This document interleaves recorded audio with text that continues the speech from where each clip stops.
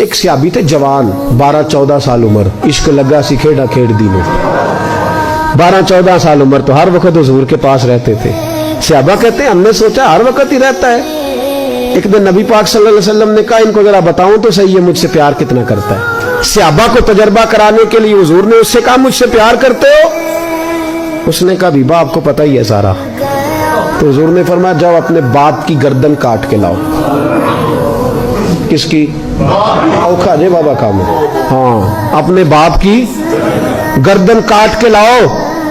12-14 سال عمر, چھلانگ لگائی. مسجد نبوی کے دروازے پر مولا علی شیر خدا کھڑے تھے. ان کی گردن میں تیر کمان تلوار تھی, کھینچی تلوار. اور جب دوڑے نا جذبات میں تو حضور نے فرمایا اسے پکڑ لاؤ, اس نے سچ مچ کاٹ کے لے آنی ہے. لے آؤ پکڑ کے. عاشق نزاکت جانتے ہیں. حضرت طلحہ بن برا بیمار ہو گئے. بیمار, دن میں 2 دفعہ میرے نبی تیمارداری کرنے جاتے. 2 دفعہ. اللہ کرے وہ بیماری میں ہی آ جائے.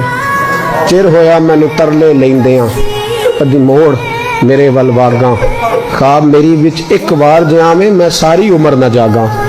نبی پاک صلی اللہ علیہ وسلم 2 دفعہ تیمارداری کرنے جاتے. 2 دفعہ دن, 2 دفعہ حضور پتہ لے. ایک دن حضور شام کو گئے, ان کا ماتھا چوما تو حضور کی آنکھوں میں آنسو آ گئے. پھر میرے حبیب پاک نے ان کے والد کو کونے میں بلایا, کوئی بات کہی, باپ بھی رونے لگے. حضور نے پھر پیار کیا, چلے گئے. حضرت طلحہ اپنے ابا جی سے کہنے لگے حضور کیا کہہ کے گئے ہیں؟ کہا بیٹے کچھ نہیں. کہا نہیں مجھے بتائیں. کچھ نہیں, رشتہ ہی بڑا نازک, نہیں بتائیں. تو باپ نے سر پہ ہاتھ رکھا, کہا حضور کہہ گئے ہیں تو آج شام کو فوت ہو جائے. اور جب حضور نے کہا جب اس کا انتقال ہو جائے تو مجھے خبر کرنا. والد کو چارپائی پہ بٹھا کے تو حضرت طلحہ نے ہاتھ پکڑ لیا. عشق تیاگ دو میں ایک برابر, پر عشق دا سیک ودھیرا. اگ تے ساڑے ککھ تے کانے, عشق ساڑے تن میرا. او اگ دا دارو می تے پانی, مینوں کوئی دسے عشق دا دارو کیڑا. بلے شاہ اوتھے کچھ نہیں بچدا جتھے عشق ہوراں دا ڈیرا. ہاتھ پکڑا باپ کا اور کہنے لگے ابا جی ایک وعدہ کرو, رات کو جب میں فوت ہو جاؤں تو نبی پاک کو اطلاع نہیں دینی. خبر کہ بیٹے حضور کہہ گئے ہیں دینی ہے, تو کہتا نہیں دینی, کیوں؟ عاشق نزاکت جانتے ہیں. اگرچہ 12-14 سال عمر تھی پر عشق پکا تھا نا, نزاکت سمجھتے تھے. کہنے لگے ابا جی جن گلیوں سے حضور نے گزر کے آنا وہ یہودیوں کی گلیاں ہیں. ایسا نہ ہو میرے جنازے کی خاطر حضور گزرے اور کوئی میرے نبی کو تکلیف دے دے, اس لیے خبر نہیں کرنی مصطفیٰ کو. آپ جنازہ پڑھ کے دفنا دینا. رات کو انتقال ہوا, باپ نے جنازہ پڑھا, دفن کیا. سارا کچھ جاننے والے رسول آئے. کہا مجھے بتایا کیوں نہیں؟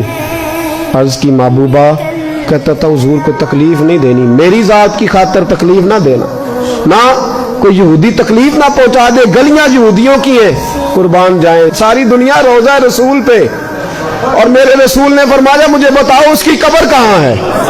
ساری دنیا روضہ رسول پہ اور نبی پاک اس غلام کی قبر پہ کھڑے آنسو بہہ رہے ہیں. صحابہ کہتے ہیں ہر قبر پہ دعا یہ ہوتی تھی یا اللہ قبر کشادہ کر دے, یا اللہ اس کا حساب آسان کر دے.